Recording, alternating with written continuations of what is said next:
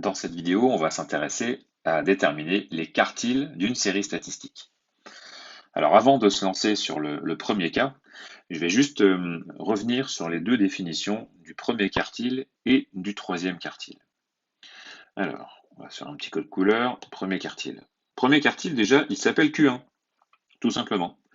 Et quand on dit premier quartile, dans le mot quartile, on entend le mot quart. Autrement dit, le premier quart. Premier quartile, ça va renvoyer à un quart. Un quart renvoie également à une notion de 25%. Ce qui veut dire qu'avant le premier quartile, il y aura 25% de la population étudiée. A l'inverse, le troisième quartile, qui est noté Q3, va renvoyer à la notion de troisième quartile, et qui dit trois quarts dit 75%. Autrement dit, avant le troisième quartile, il y aura 75% de la population étudiée. Au passage, le deuxième quartile qu'on ne va pas évoquer, vous le connaissez très bien, puisque qui dit deuxième quartile dit deux quarts. Qui dit deux quarts dit un demi. Mais un demi, c'est la moitié. Et la notion de moitié vous renvoie à la notion de médiane, chose que l'on a déjà vue dans une vidéo précédente. Donc voilà un petit peu premier quartile, troisième quartile, premier quart, trois quarts, et la médiane au milieu, c'est le quartile numéro 2. Bien, on va s'intéresser au premier cas et on va déterminer Q1 et Q3. Dans le premier cas, donc, vous avez des notes et vous avez des coefficients. Alors, je vous ai laissé à droite ici l'effectif total, donc vous avez bien 8 notes. J'ai un 4, un 6, un 7, 2 12, un 17 et 2 18. Je vais donc m'intéresser maintenant à mon premier quartile. Qui dit premier quartile, comme je l'ai évoqué tout à l'heure, dit un quart de l'effectif total. Un quart de 8, ça fait 2. Je vais donc m'intéresser à ma deuxième note. Première note, deuxième note. 6 est donc mon premier quartile dans ce premier cas de figure. Intéressons-nous maintenant au troisième quartile. Qui dit troisième quartile dit 3 quarts. 3 quarts de 8, ça fait 6. Je vais donc m'intéresser à ma sixième note. Première, deuxième, troisième, quatrième, cinquième, sixième.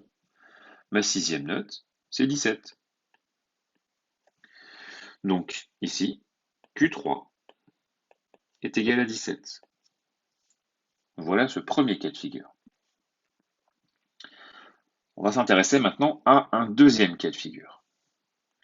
Première remarque, on a un effectif total ici de 9, ce qui change un tout petit peu de tout à l'heure.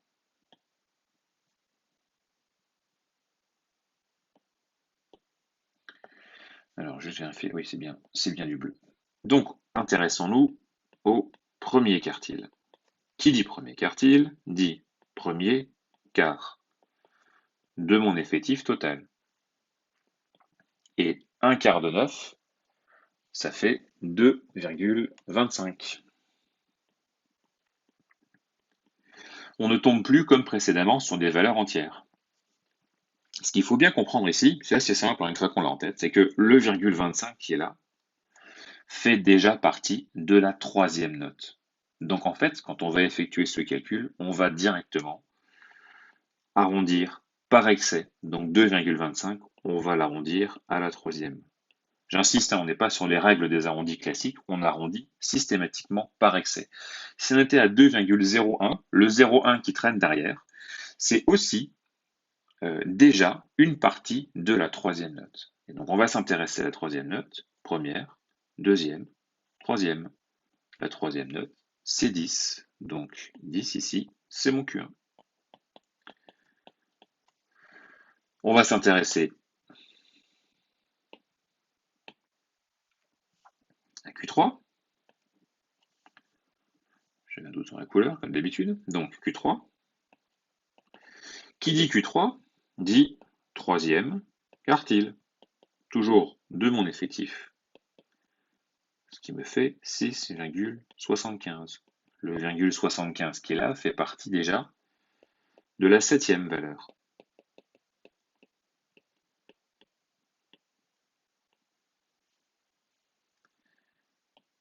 Projeter les 6 valeurs.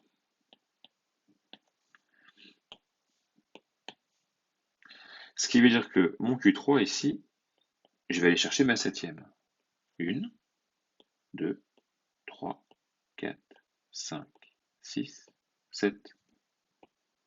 Ma 7e valeur, c'est 13. 13, c'est mon 3e quartile. Donc voilà pour la détermination de Q1 et de Q3.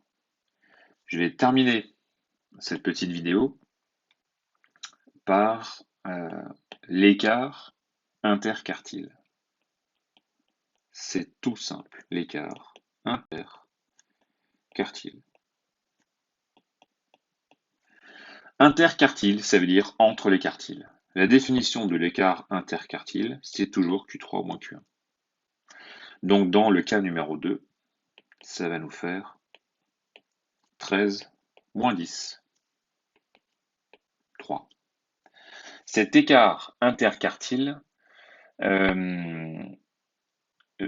une sorte de, enfin c'est pas une sorte, c'est la mesure de la dispersion autour de la médiane. C'est-à-dire que si j'ai un écart interquartile assez petit, c'est-à-dire que toutes mes notes vont être regroupées autour de ma médiane, mes 50%. D'accord? C'est-à-dire qu'en fait, là, on ne tient pas compte des extrêmes, soit des très mauvaises, soit des très bonnes. Donc j'ai 50% qui sont autour de ma médiane et dans un écart de 3 points. Je reviens sur mon premier cas, mon écart interquartile. Ici, toujours, même définition, Q3 moins Q1. Autrement dit, 17 moins 6. Ici, il est de 11. Donc ici, on se rend compte que mes notes sont beaucoup plus dispersées autour de ma médiane, donc de mon deuxième quartile, que dans mon cas numéro 2.